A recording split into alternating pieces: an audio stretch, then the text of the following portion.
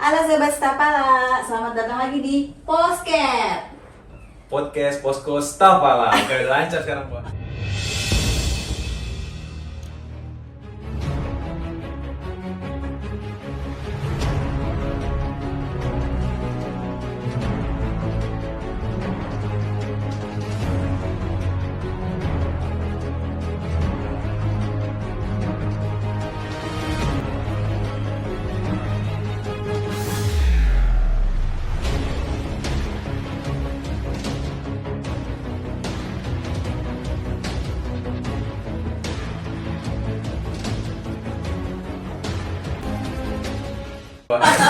Sebelumnya kebalik-balik. Setelah kemarin kita agak terbata-bata Aku udah closing, Pak. menyebutkan Bagi mengenai apa sih Posket, itu akhirnya Ganal hari ini bisa itu ya, Lebih bisa lancar. lebih lancar lagi. Oke Sobat Stapala, kali ini kita udah kedatangan dua artis kondang ini. Wah, Pro playernya lah, Mbak ya. Untuk pendakian nih sebagai target Seven Summit Stapala, Mbak ya. iya. Nah, mungkin kan kita agak terpisah nih, Mbak, sama yang sebelumnya karena memang tibanya belakangan, Bang ya.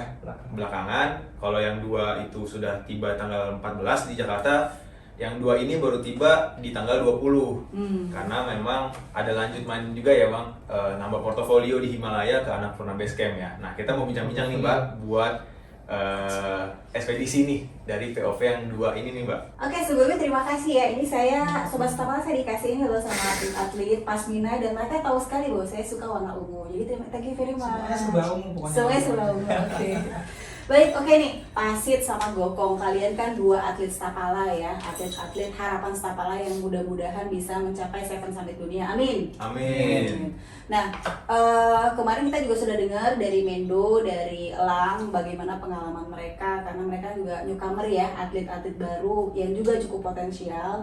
Sekarang kami pengen membedah nih dari dalam nih, dari mungkin bisa lebih personalize juga ya Nal ya. Betul. Kira-kira apa sih pengalaman yang paling berharga lah yang dialami oleh Gokong dan juga Pasit pada saat kemarin menjalani ekspedisi tersebut? Pengalaman paling berharga ya. Iya. Jadi langsung ke intinya Iya. ya. Iya. Pengalaman paling berharga selama ekspedisi Island Peak kemarin itu adalah mendapatkan experience yang berkaitan dengan nyawa gitu. Yang berkaitan dengan nyawa, karena selama ini pendakian yang saya lakukan ke Elbrus, Kilimanjaro, ke Aconcagua, walaupun memang juga berhubungan dengan nyawa, tapi yang kemarin itu udah seperti tipis banget gitu loh ininya, jaraknya antara hidup dan mati gitu. Akhirnya justru tapi saya mendapatkan banyak pelajaran ketika mendapatkan experience itu. Yang pertama,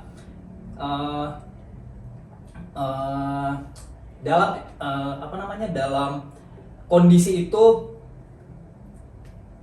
pikiran saya terimpact gitu loh. Terimpact, jadinya saya bisa lebih legowo dan saya bisa lebih bijaksana dalam menghadapi segala sesuatu gitu. Jadi saya bisa melihat dari berbagai sudut, karena pengalaman hidup mati itu seperti kayak mengajarkan saya bahwa hidup ini cuma sebentar gitu.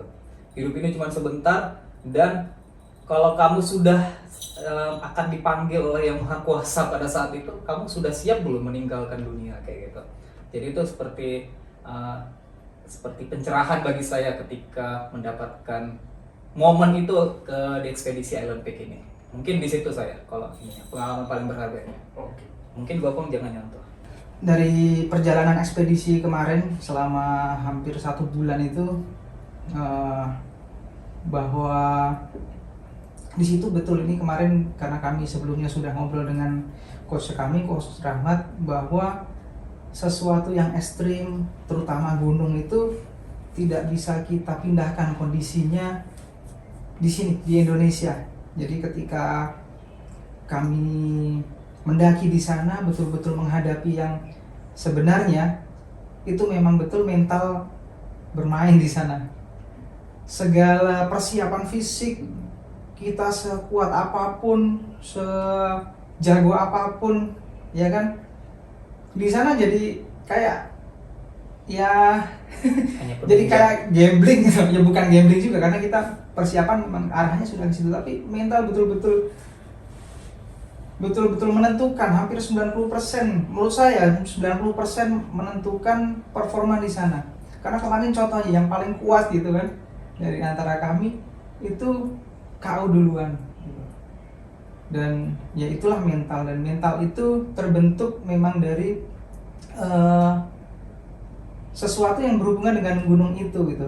Dan itu kalau saya pribadi ya, karena memang saya kemarin mengalami bahwa perjalanan itu begitu berat dan begitu sangat dibantu dengan mental itu, bahwa sebelumnya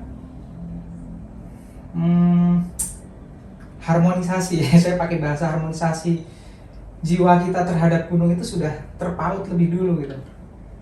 Itu yang membuat kita, mental kita merasa bahwa kita betul-betul hadir di situ dan gunung welcome untuk kita. Kayak gitu di perjalanan kemarin. Nah, oke Mbak, luar biasa banget nih jawabannya nih. Ini memberikan pengalaman yang masing-masing berbeda nih Mbak ya, terkait tadi Mas Kokong terkait mental yang berbicara di sana gitu kan. Kalau dari Bang Pasit tentang kebijaksanaan tentang situasi gitu kan, karena bertaruh juga dengan resiko-resiko tadi ya. Meskipun pengalaman sudah ada gunung-gunung sebelumnya, tapi mungkin yang ini memberi pelajaran lebih juga ya Bang ya. Beda. Kemarin mungkin dengan yang sebelumnya Mbak, yang part 1 lah ya, kita sebut part 1, kita sudah sempat bicara nih tentang kronologis pendakian sampai percobaan summit yang pertama, yang kedua seperti apa, sudah dikasih gambaran. Yang menarik sebenarnya ada pembicaraan terkait perbedaan pendapat nih pada saat pasca summit pertama antara abang-abang ini nih. Perbedaan pandangan, perbedaan pertimbangan tentunya. Nah pasti kan itu kan juga dilatar belakangi background masing-masing ya Mbak ya, dengan pengalaman masing-masing, dengan apa info yang didapat masing-masing, mungkin menghasilkan juga pertimbangan yang beda tentunya. Nah mungkin bisa disampaikan Bang, apa sih pertimbangan masing-masing, dan waktu itu dengan pertimbangan masing-masing apa upayanya atas pertimbangan tersebut? Jadi ini cerita tentang pasca summit pertama yang kita terhenti ya. Itu setelah itu saya bisa mengatakan bahwa ya, karena waktu itu yang sudah drop duluan kan si Mendo sama Elang. Jadi menyisakan kami berdua nih yang masih bisa berpikiran jernih waktu itu. Setelah itu saya bisa mengatakan suasananya adalah suasana perang dingin. Saya pakai bahasa perang dingin karena apa? Antara siapa dan siapa? Antara saya dengan Pasit. Jadi dua-duanya masih berbeda pendapat. Berbeda pendapat. Berbeda pendapat pada suasananya waktu itu ketika sesaat setelah kejadian lepas engkor kita mau jatuh itu, Pasit betul-betul saya lihat ya, maksudnya dari kita percakapan kita waktu itu masih tergantung di tali, betul-betul trauma gitu. Kalau saya waktu itu begitu itu selesai dan merasa selamat, ya saya kembali lagi, di kepala saya adalah summit gitu. Begitu Sherpa bilang, oke, hari ini kita nggak akan bisa summit karena sudah lewat jam 10, bahaya, begitu sampai summit tidak memungkinkan untuk turun lebih cepat. Artinya waktu itu kita akan, ya intinya adalah terlambat itu untuk sampai summit. Ya itulah tadi balik lagi ke perang dingin. Setelah itu di kepala saya adalah mau muncak lagi, artinya hari itu nggak muncak berarti oke, berarti besok gitu kan. Setelah itu saya betul-betul mengejar guide dan Sherpa itu untuk gimana nih kalau untuk summit lagi besok atau lusa gitu. Itu aja terus yang saya begitu nyusul, kita kan turun kan, kadang si guide lebih cepat ya, lebih banyak dia lebih cepat, saya susul untuk ngomong itu aja, untuk ngomong kita summit gitu. Si Pasit begitu ketemu saya, obrolannya kayaknya enggak deh, maksudnya intinya pada begitu summit, Pasit waktu itu bilangnya kayaknya nggak diizinin sama gunung waktu itu ya, dari si Pasit ya waktu itu. Menarik banget ya pembicaraannya. Ternyata memang dua orang ini karakter yang berbeda gitu. Ada satu karakter yang memang dia puncak is not a bonus ya, puncak is the main goal gitu kan. Tapi di sisi lain juga ada Pasit yang memiliki jiwa yang untuk melindungi tim gitu, dan memang mereka berdua kompromi sih Mbak ya. Iya, saling melengkapi satu sama lain lah ibaratnya gitu. Meskipun kayak oli dan air gitu ya, yang selalu yang nggak pernah campur gitu kan. Selalu nyontoh. Tapi ternyata terbukti untuk di ekspedisi kali ini kita bisa menyebut ini ekspedisi kali ya, Betul. karena ternyata bukan hanya pendakian ya. Iya. Ada cari jalur juga, terus Bikin ada jalur. bikin jalur dan pokoknya jauh dari kata pendakian ya, ternyata ini sebuah ekspedisi gitu kan. Jauh dari kata wisata lagi. Iya. Jadi ini bukan gunung wisata lah ya, Aduh. kira-kira. Bukan ya? Ya maksudnya, dan yang satu juga mungkin Mbak, itu kan misalkan kalau dengar ceritanya kondisi kritis gitu ya. Hidup matinya, mungkin sebelumnya udah pernah nggak sih hidup mati, cuman ini lebih dekat lagi Bang, Lebih dekat lagi. lebih dekat lagi. Perbedaan pendapat gitu kan, Betul. tapi tetap bisa kompromi gitu loh Mbak. Jadi itu yang mungkin yang perlu jadi pelajaran buat mungkin seluruh anggota Sapala, khususnya di tim manapun, tim pendakian manapun atau tim-tim lainnya. Ini di kondisi sekritis ini aja tuh tetap bisa berkompromi gitu Mbak, meskipun perbedaan pendapatnya benar-benar ya bertolak belakang gitu Mbak ya. Itu sih yang bisa kita ambil juga sebenarnya. Betul, nah tadi kan udah mengenai tim nih ya. Nah sekarang mengenai personality masing-masing nih. Dengan kalian kan sudah berdua selama hampir 1 bulan 1 gitu bulan. ya. Tentunya bukan sebuah hal yang mudah dengan 2 karakter yang berbeda untuk disatukan, tapi somehow you guys survive gitu. Nah ini kan kita Sapala tidak hanya terhenti di ekspedisi ini, kita juga akan ke ekspedisi-ekspedisi yang lainnya nih. Dengan karakter Pasit yang seperti ini, karakter Gokong yang seperti ini gitu ya.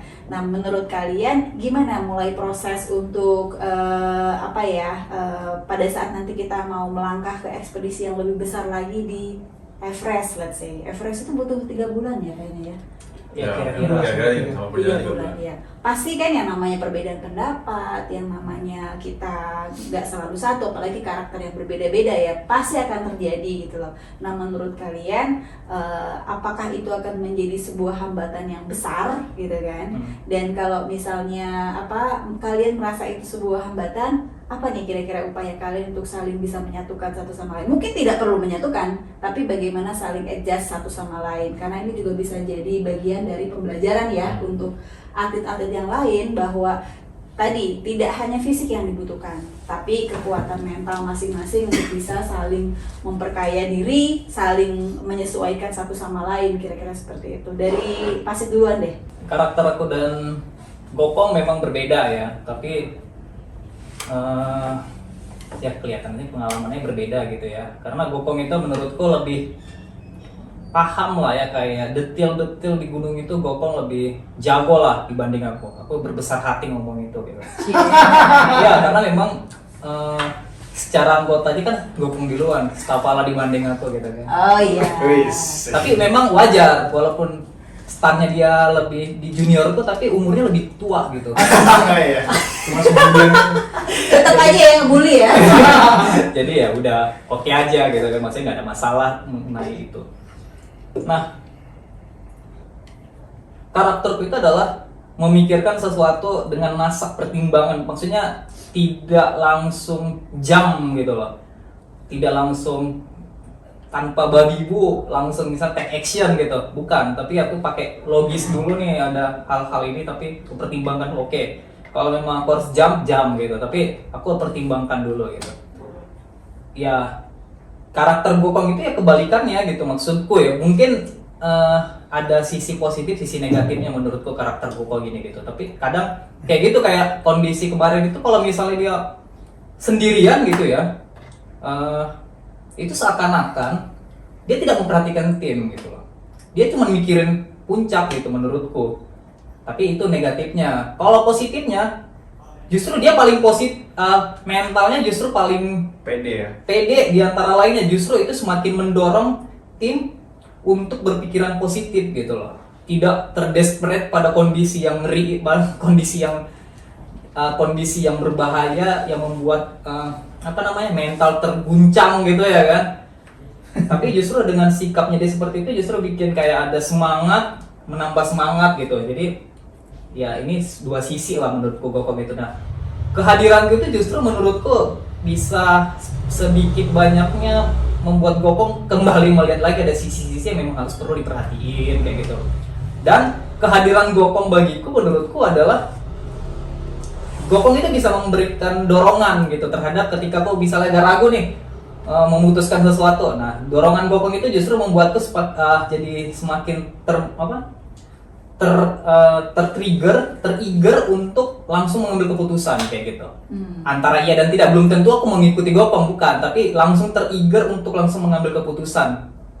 Jadi nggak dalam waktu yang lama untuk mengolah informasi dan sebagainya gitu. Jadi menurutku karakter Gopong itu dibutuhkan, dan dalam pendakian berikutnya aku sangat berharap ya kalau misalnya aku terpilih gitu ya, dan aku masih bisa melanjut, masih ada umur dan sebagainya, Gopong aku harap tetap ada gitu. Jadi kalau ada pertanyaan lagi, kamu hanya bisa berangkat salah satu, itu aku kembali lagi tuh, aku susah jawabnya gitu. Ya itulah mungkin ininya. Soulmate lah ya. Jadi kayak gitulah ya, walaupun aku nggak selalu setuju, tapi ya ada sisi baik yang bisa aku ambil. Jadi aku bisa nge-adjust juga, dan kayak gitu-gitulah ya. Island Peak ini kalau dikatakan mininya Everest dan itu dijadikan sebagai simulasi untuk Everest, itu betul-betul tepat itu. Karena ya di Himalaya, ya secara tekniknya, pengorganisasian skema perjalanannya itu betul-betul membuat Stapala ini siap untuk Everest. Tapi satu hal yang harus saya sampaikan ke teman-teman, terutama internal Stapala, itu memang untuk Everest ini ya harus betul-betul orang yang memang suka gunung pertama. Yang kedua adalah betul-betul memang sudah akrab dengan es gitu. Kalau misalnya nanti tahun 2023 gitu, saya sih pengennya bukan saya sama si Pasit aja yang jalan lagi, tetap ada yang orang baru atau orang yang pernah ikut ekspedisi bergabung, tapi dengan catatan ya dia harus mulai nih akrab lagi dengan es, entah dia dalam 1 tahun ini, 2 tahun ke depan dia mulai jalan ke misalnya ke Himalaya, di gunung-gunung lain atau ke gunung lain di luar Asia. Itu sangat penting dan bisa saya katakan itu mutlak perlu, karena untuk Everest ya kalau kita bicara akhirnya nanti akan terjadi drama seperti yang terjadi di Island Peak, nggak ada di Everest itu. Saya pikir kalau Everest itu nggak ada kompromi, capek turun, nggak sehat udah stop, gitulah maksudnya. Saya pikir kita udah harus berpikir bahwa Everest adalah tempat yang levelnya kita nggak bisa tawar-menawar di situ. Jadi yang harus disiapkan adalah teman-teman yang betul-betul memang siap. Mengenai karakter orang-orang ya pasti bisa lah kalau Everest. Maksudmu yang lainnya nggak bisa gitu? Maksudnya dari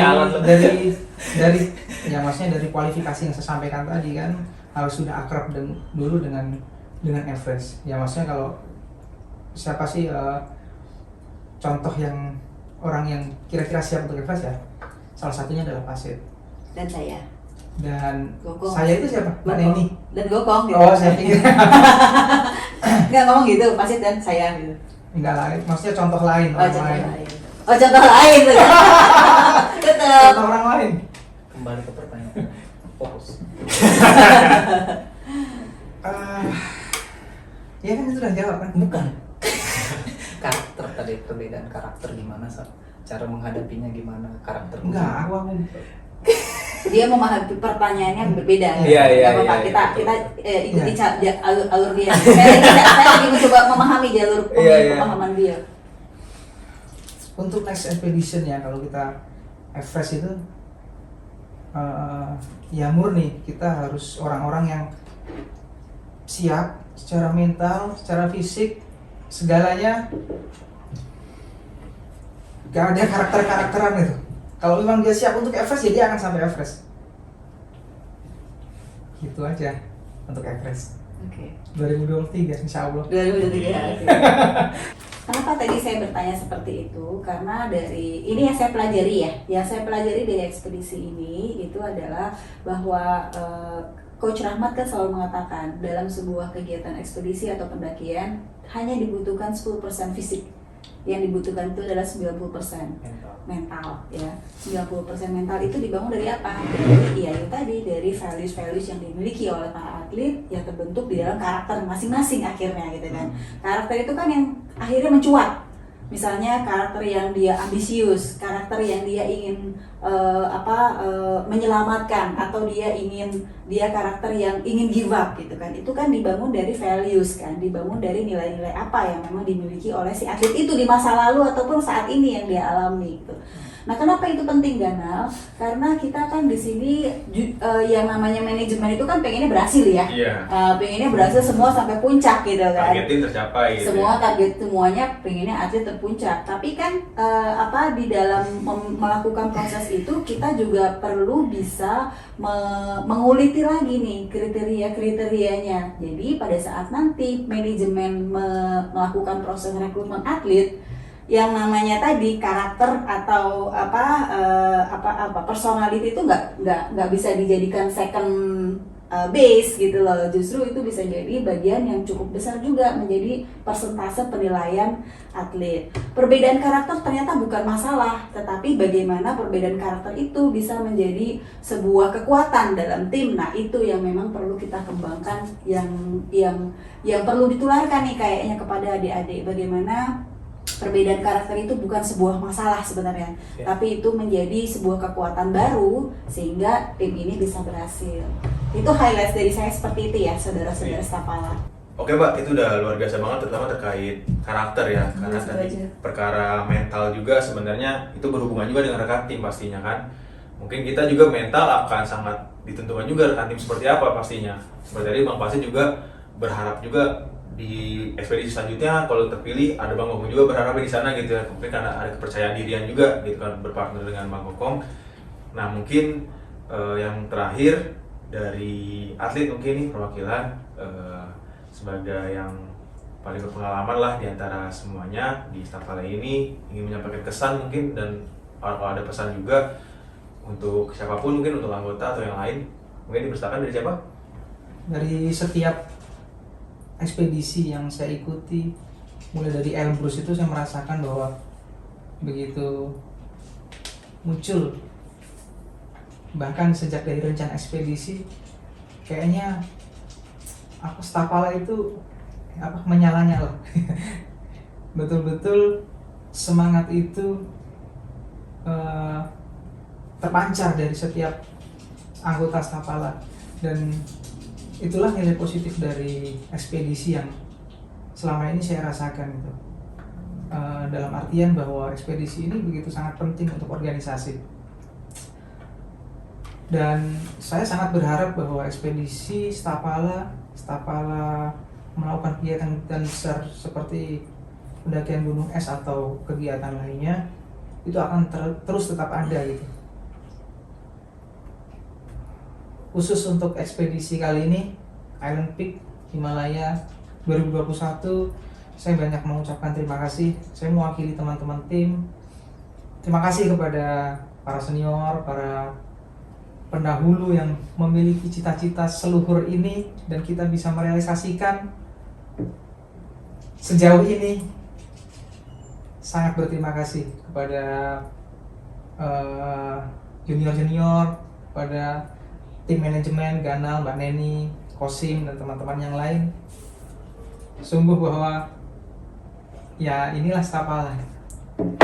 Kita betul-betul bisa melakukan satu hal, dilakukan bersama-sama, merasakan sama-sama, menikmati kemenangannya, dan ya kita sangat enjoy itu dengan satu hal ini, kegiatan ini. Dan tak lupa saya mengucapkan terima kasih kepada kepada sponsor Eger, kemudian Pegadaian, SMF, media partner Trans TV, Radio Blast, dan Intax ya, media keuangan. Terima kasih atas dukungannya. Semoga kerjasama ini bisa memberi manfaat satu sama lain. Dari saya itu mewakili tim, sekali lagi terima kasih dan mudah-mudahan kita bisa melakukan hal yang sama lagi di level yang lebih tinggi. Amin. Amin. Oke, sudah disampaikan tadi pesan dan pesan dari Ketua Tim Atlet ya, Mas Eko Gokong Santoso, sekaligus menutup acara podcast kita yang part 2 terkait bincang pasca ekspedisi ini, bincang ekspedisi ini. Tentu harapannya dari saya juga mewakili manajemen seperti yang disampaikan Bang Gopong tadi terkait bara yang menyala ini untuk kita berkegiatan, berkelana, berpetualang, berekspedisi, terus berlanjut. Dan saya juga mewakili manajemen juga sekali lagi terima kasih kepada semua pihak yang mendukung, yang sudah terlibat. Semoga kita bisa terus untuk berkarya ya, mengukir prestasi untuk Stapala Jaya. Jaya. Nah, jadi sekali lagi sampai jumpa di podcast berikutnya, karena Podcast Posko Stapala. Oke, sekali lagi kita jago ya, Stapala Jaya.